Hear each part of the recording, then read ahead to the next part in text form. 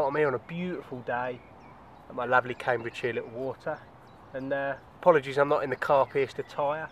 I've just come back from France. I've been there for about a week, and I got absolutely saturated. My clothes were stinking, and yeah, they're all in the wash, so apologies about the vest and the tracky bottoms. I know it ain't that carpy, but not really bothered, to be honest. If I catch some carp, that's carpy enough for me. Anyway, it looks yeah, it looks lovely out there. It's roasting hot. I found quite a lot of fish, to be honest, in the two little bays. They were literally just bobbing up and down, sunning themselves, and I've sprinkled a few bits of bait right in the corners that I'm going to keep going to check throughout the day. Just a few tigers, bits of hemp and a few chop boilies.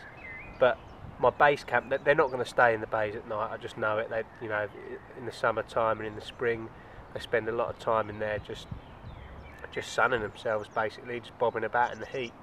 I might be able to nick them on floaters, but they're really cautious here. It's pretty tricky to catch off the top, so I'll have a look. I'll flick a few about and see what happens.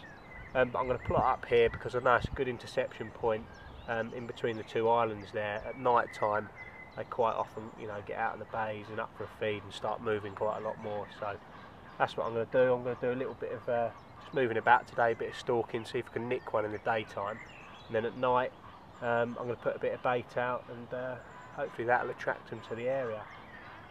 I was going to go over to my syndicate and do a session over there in Northamptonshire. I've only fished it 2 or 3 times this year. I'm getting a little bit peed off because it's just so busy over there. I mean, it is a bank holiday, you know, and everybody's out fishing, but I don't just want to be slotting in a corner because all the main pegs are taken. You know, that's not me. I want to be out. I want to go and find the fish. I want to fish for the fish that I want to fish for, and be able to do that rather than just sitting in a corner being annoyed. You know, I go fishing to have fun. So I've come over here. There's a good chance of a bite. There's plenty of carp in this lake. I can see one bow waving just out there now.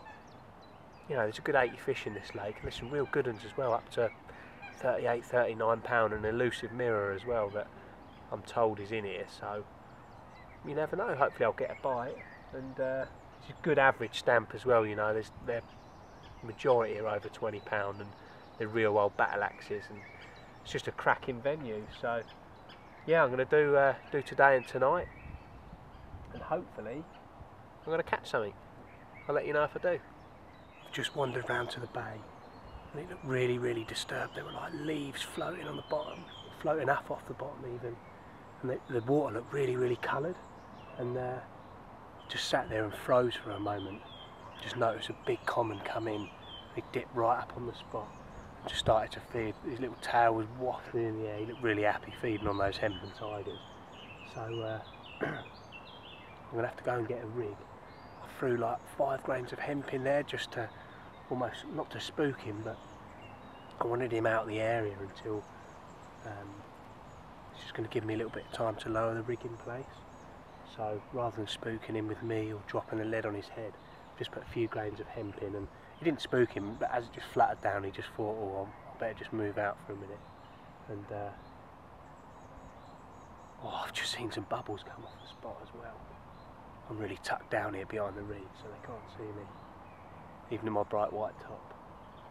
But if you think about it, if you look up at the skyline, all the clouds and stuff are white, so white probably isn't the worst of colours, unless you're obviously trying to blend in with trees and stuff, but you don't get camouflage clouds, so why would you want to go camouflage? Because it will just silhouette against the clouds, you know. I've only just thought of this now, by the way, and I'm making excuses for the best, but looks like I could have a chance. I'm going to have to go and get the rod and give it a go.